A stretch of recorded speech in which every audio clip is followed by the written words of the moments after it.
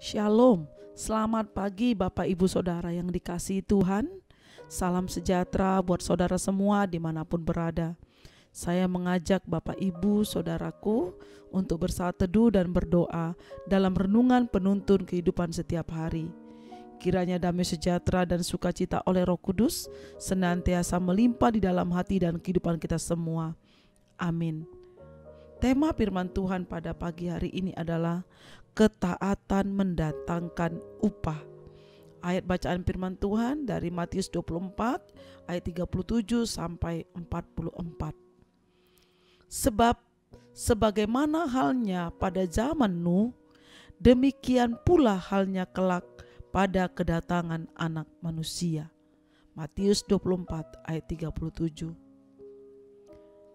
Seperti apakah orang-orang di zaman Nuh dulu, saudaraku?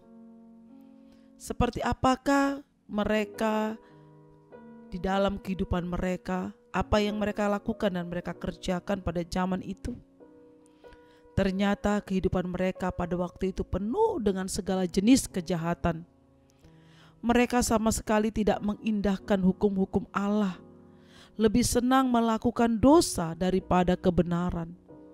Moral manusia benar-benar telah rusak waktu itu.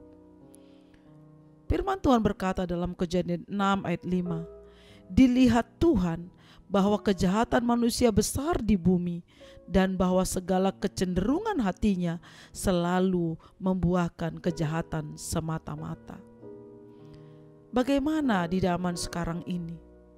Di zaman menjelang kedatangan Tuhan Yesus yang kedua, keadaan manusia tidak jauh berbeda dengan orang-orang pada zaman dulu, pada waktu zaman Nuh, saudara. Kita tahu hari-hari ini semakin jahat. Kalau kita melihat di media sosial, di televisi, berita-berita, begitu mudahnya, begitu gampangnya orang melakukan dosa, membunuh, mencuri, dan banyak hal lagi. Bahkan mungkin terang-terangan mereka melakukan dosa perzinahan, membuat video-video porno.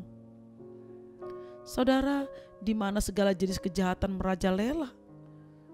Saudara, kedurhakaan manusia semakin besar. Namun bukanlah berarti kehidupan orang-orang Kristen boleh tenggelam dan terlibat di dalamnya. Jika kita tidak berbeda dengan orang dunia, maka kita juga akan mengalami hal yang sama seperti nenek moyang kita, yaitu binasa. Tuhan menghendaki kita memiliki kehidupan seperti Nuh, seorang yang benar dan tidak bercela di antara orang-orang sezamannya. Nuh itu hidup bergaul dengan Allah. Kejadian 6 ayat 9. Karena ketaatan Nuh dan seisi keluarganya, mereka diselamatkan dari air bah. Saudara, Nuh adalah contoh seseorang yang taat melakukan kehendak Tuhan. Tuhan mencari orang-orang yang taat dan hidup tidak bercela. Inilah yang paling dicari Tuhan di akhir zaman ini. Bukan orang-orang yang hidup dalam kefasikan dan kesuaman. Terhadap orang yang suam-suam kuku, Tuhan dengan keras berkata, "Aku akan memuntahkan engkau dari mulutku." Wahyu 3 ayat 16. Saudara, suam-suam kuku adalah orang yang tidak panas dan tidak dingin. Hidupnya tidak sungguh-sungguh mencari Tuhan.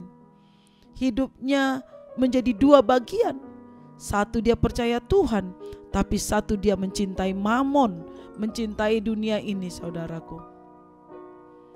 Ketaatan menuntut kita menyangkal diri setiap hari, menyalipkan bau hawa nafsu, kedagingan, dan memiliki penyerahan diri total kepada Tuhan. Banyak yang berkata, mengapa harus capek-capek melayani Tuhan? Mendingan waktu kita digunakan untuk hal-hal yang bisa menghasilkan uang. Mengapa capek-capek kita melayani Tuhan setiap hari Minggu, setiap hari mengunjungi orang sakit, mendoakan orang lain? Saudara, jadi orang Kristen jangan rohani-rohani amat deh. Gak ada untungnya Banyak orang yang berkata seperti itu, saudara, kepada pelayan-pelayan Tuhan, kepada orang-orang yang mengajak, mungkin diajaknya, ayo beribadah, mari ikut kul, mari ikut doa. Dan mereka menjawab dengan hal demikian, saudara. Namun bila kita menyanyiakan kesempatan, kelak kita akan menyesal, karena setiap ketaatan selalu mendatangkan upah, yaitu kehidupan kekal. Apabila Gembala Agung datang, yaitu Tuhan Yesus Kristus, kamu akan menerima mahkota kemuliaan yang tidak dapat layu ketika kita hidup taat kepada firman Tuhan. 1 Petrus 5 ayat 4. Amin. Mari kita berdoa.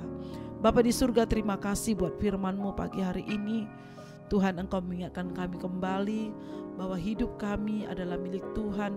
Dan ketika kami mengatakan kami milik Tuhan, maka hidup kami harus taat kepada perintah-Mu, kepada firman-Mu.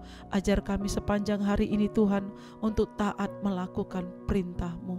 Terima kasih Tuhan Yesus, biar hati dan hidup kami hanya memandang kepada-Mu. Terpujilah nama-Mu Tuhan, dimuliakanlah Engkau sekarang dan selama-lamanya. Di dalam nama Tuhan Yesus Kristus kami berdoa dan mengucap syukur kepada-Mu. Haleluya. Amin. Kiranya berkat yang sempurna dari Allah Bapa kita, kasih karunia dari Tuhan Yesus Kristus, dan persekutuan yang indah dengan Roh Kudus menyertai kita semua dari sekarang ini sampai selama-lamanya. Amin. Maju terus dalam tuntunan Tuhan, saudaraku. Tetap semangat. Sampai jumpa esok hari di penuntun kehidupan setiap hari. Tuhan Yesus memberkati.